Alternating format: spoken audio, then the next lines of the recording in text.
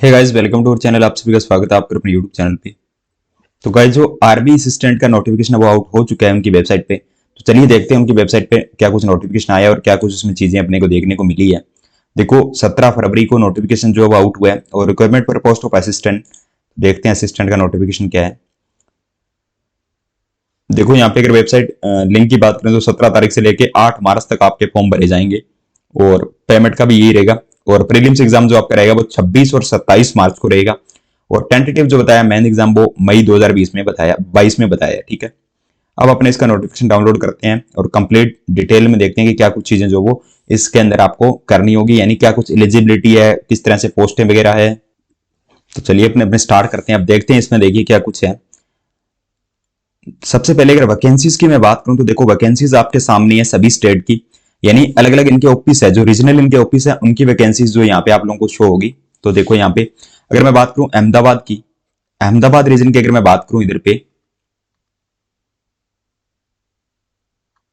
Ahmedabad reason की अगर अपने बात करते हैं तो देखो, एससी की 4 है, एसटी की 3 है, ओबीसी की 9 है, ईडब्ल्यूएस की और जनरल की 16 और टोटल 35 है। इस तरह से वैकेंसी का सिनेरियो रहेगा। पर टोटल जो वैकेंसी यहाँ पे दिखा रहा है वो 950 दिखा रहा है। 950 टोटल वैकेंसी रहेगी। जयपुर की बात करें तो जो टोटल वैकेंसी रहेगी जयपुर के अंदर वो 48 रहेगी। और जो सबसे ज्यादा वैकेंसी यहाँ पे रहने वाली है वो रहने वाली है 131 वैकेंसी रहने वाली है। कानपुर एंड लखनऊ के अंदर 131 टोटल वैकेंसी रहने वाली है। और जो सबसे कम वैकेंसीज यहाँ पे दिखाई दे रही है वो वैकेंसी मेरे को दिखाई दे रही है यहाँ पे जम्मू के अंदर 12 वैकेंसी दिखाई दे रही है। तो ये आप लोगों के लिए सिनेरियो रहने वाला वैकेंसी का। तो आप अपने हिसाब से जो भी आप लोगों को स्टेट फिल करना है वो आप लोग फिल कर सकते हो, यानी जो भी इनका ऑफिस रहेगा। अब अपने आगे बढ़ते हैं इसमें और देखते हैं कि क्या कुछ इसमें एलिजिबिलिटी वगैरह इन्होंने अपने से फिल करवानी है। इसको अपने क्लियर कर देते हैं एक बार। चलो अपने आगे देखते हैं अब क्या कुछ चीजें ये अपने से डिमांड कर रहे हैं। कोई भी डाउट नहीं रहना चाहिए। अगर आप फॉर्म भरते हो तो पहले ये सारी चीजें देख लेना। अगर आप लोग फिर गलतियां करते हो फिर दोबारा से आप लोगों को पेमेंट करना होगा, तो वो चीजें आप लोग ना करें। इसलिए कंप्लीट चीजें पहले से ही देख के रखो ताकि आप लोगों को सारी चीजें समझ में आ जाए। अब देखो यहाँ पे जो एज का क्राइटेरिया इन्होंने रखा है वो रखा है 1/2/2022 को, यानी मिनिमम जो एज होनी चाहिए आपकी 20 साल होनी चाहिए और मैक्सिमम जो एज आपकी होनी चाहिए वो 28 साल होनी चाहिए। यानी अगर आपका जन्म 2/2/1994 से पहले है तो आप इस फॉर्म को नहीं फिल कर सकते। 2/2/1994 के बाद वाले इस फॉर्म को फिल कर सकते हैं। एंड नॉट लेटर देन 1/2/2002, 2002 के बाद आपका जन्म नहीं होना चाहिए। 1/2 के बाद, इससे पहले पहले इनके बीच में जिनका जन्म आ रहा है वो इस फॉर्म को फिल कर सकते हैं। बाकी अगर आप SC ST से हो, ओबीसी से हो, PWD से हो, इनके लिए आप लोगों को रिलैक्सेशन अलग से मिल रहा है। वो आप लोग अपना देख लेना कि कितना कितना आपको रिलैक्सेशन मिल रहा है कैटेगरी के अकॉर्डिंग। बाकी एज का आपको यहाँ पे क्लियर हो गया कि इनके बीच अगर आपकी एज है तो आप अपना फॉर्म भर सकते हो। अब देखो यहाँ पे एजुकेशन क्वालिफिकेशन की अगर बात करूं तो 1/2/2022 के अकॉर्डिंग ये होनी चाहिए आपकी, 1 फरवरी 2022 के according at least A bachelor degree any discipline with a maximum 50% pass class for SC ST PWD candidates in the aggregate and the knowledge of word processing on PC। देखो यहाँ पे क्या बोला कि knowledge of word processing in PC के ऊपर आपको word processing का नॉलेज भी होना चाहिए। तो आप लोगों को कम से कम 50% मार्क्स जो मिनिमम चाहिए वो आप लोगों को किसी भी डिग्री के अंदर आप लोगों को चाहिए। ठीक है, 50% मार्क्स आप लोगों को रखने ही रखने हैं। ठीक है, इसके अलावा एक candidate belong to ex serviceman, इनके लिए अलग से रहेगा और बाकी इनके लिए अलग से है। और इसमें क्या कुछ दिया अपने को, देखो 49.99% be treated as less than 50%।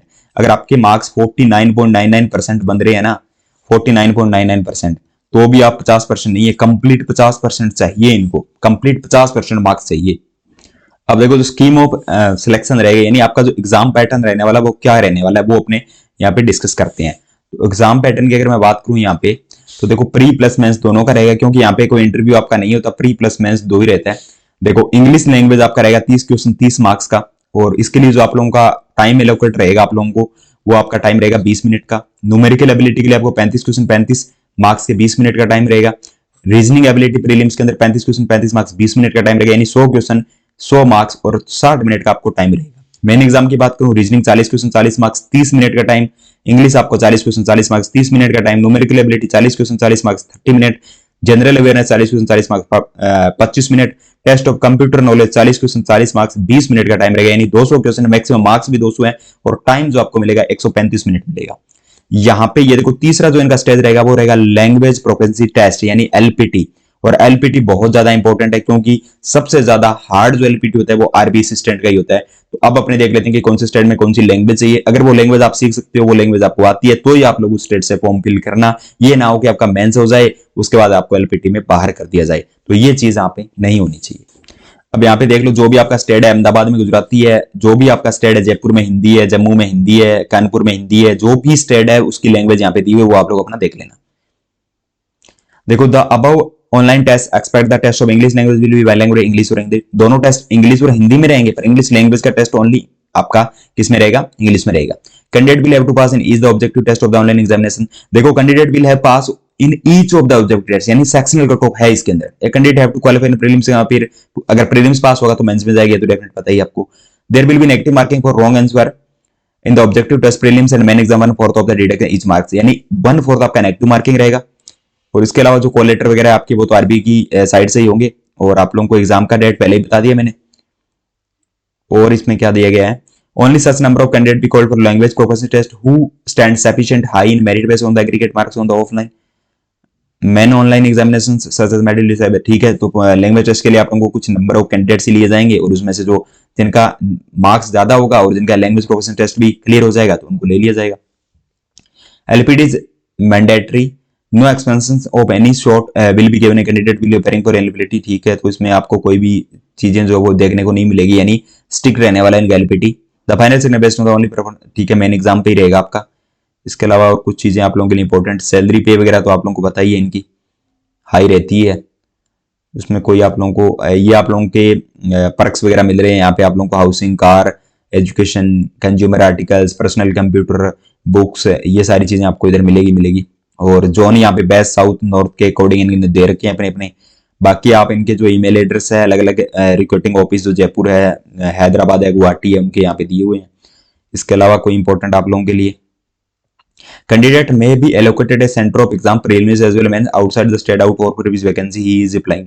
देखो, यहाँ पे एक अच्छी चीज ये दी है कि the candidate have to select the exams corresponding of the office he has applied for, however we reduce allowed candidates to center other than the one he is candidate may be allocated center। हाँ देखो, यहाँ पे इन्होंने बोला है तो है कि जो आउटसाइड सेंटर है वो आप लोगों को मिल सकते हैं। जैसे आपने जयपुर के लिए फिल किया तो आपको पंजाब में सेंटर मिल सकता है, अगर पंजाब में आपने चंडीगढ़ फिल किया तो आपको राजस्थान में सेंटर मिल सकता है, यानी कहीं से भी फिल कर दो सेंटर आपको अपने स्टेट में मिल सकता है। ये बात बोलिए, पर आप अपने फॉर्म जब भरेंगे तो अपना पता लग जाएगा कि कौन सा क्या कुछ चल रहा है, वो भी अपने बता देंगे शॉर्ट वीडियो बना के। कोई भी रिक्वेस्ट तो नहीं रहेगी सेंटर के लिए चेंज के लिए, बाकी वगैरह। और बाकी ये सेंटर की लिस्ट आप लोगों के सामने, प्री और मेन की, तो आप लोग यहाँ से देख सकते हो कि प्रीलिम्स और मेंस की सेंटर की लिस्ट आप लोगों के सामने है। इनमें से कोई भी सेंटर आप अपना भर सकते हो। बाकी आगे अपने और बात करते हैं जो कि इंपॉर्टेंट है, हाउ टू अप्लाई के लिए। देखो, यहाँ पे अप्लाई फीस इन्होंने 450 रुपये रखी है जनरल ओबीसी के लिए, और 50 रुपये इन्होंने रखी है SC ST के लिए। तो फीस तो बहुत कम है, ज्यादा फीस नहीं है। IBPS के अकॉर्डिंग तो 450 रुपये ही है इनकी फीस। बाकी इनका जो भी इंपॉर्टेंट है वो देख। अब देखो, सबसे ज्यादा दिक्कत यहीं पे आएगी, photograph image, signature image. Photograph आप लोगों को कैसा रखना है, photograph must be recent passport. अब नया फोटो बनवा लीजिए आप, अगर पहला पुराने फोटो है, क्योंकि उस टाइप के आप लोगों के पास फोटोज मिलेंगे नहीं, तो अब नया फोटो बनवाइए। उसमें आपका जो बैक कलर होना चाहिए वो व्हाइट होना चाहिए, क्योंकि व्हाइट अगर कलर होगा तो उसको ज्यादा परफेक्ट मिलेगा। और इसके अलावा आप लोगों को यहाँ पे रेड आइज वगैरह नहीं होनी चाहिए फोटो के अंदर। जो फोटो का साइज है आप लोगों का वो रहना चाहिए 20 KB से 50 KB के बीच में, और जो डायमेंशन है वो 200 × 230 पिक्सल का रहना चाहिए। ये चीज आप ध्यान रखना, ठीक है। साइज जो आपका 20 से 50 KB के बीच होना चाहिए। सिग्नेचर की बात करूं, ब्लैक इंक से सिग्नेचर करना है आपको। डायमेंशन रखना 140 × 60 का, और 10 से 20 KB के बीच उसका साइज होना चाहिए आपके सिग्नेचर का, ठीक है। सिग्नेचर आप लोगों को स्पष्ट रखना चाहिए, कोई भी उसमें आप लोगों को स्मग्ड वगैरह नहीं होना चाहिए। इसीलिए आप लोगों को बोला जाए कि व्हाइट पेपर पे आप लोग ब्लैक इंक से अपना सिग्नेचर करो। तो फोटोग्राफ 200 DPI पे आप लोगों को स्कैन करवानी है, मोबाइल से अपलोड नहीं करना, स्कैनर से प्रॉपर स्कैन करवा के अपलोड करना है। ये आपको डाउट रहता है सबसे ज्यादा। तो ये आप लोगों का पूरा नोटिफिकेशन था, हर चीज आपको यहाँ पे डिटेल में बता दी है। फिर भी कोई डाउट है तो कमेंट सेक्शन में पूछ लेना। Thank you guys.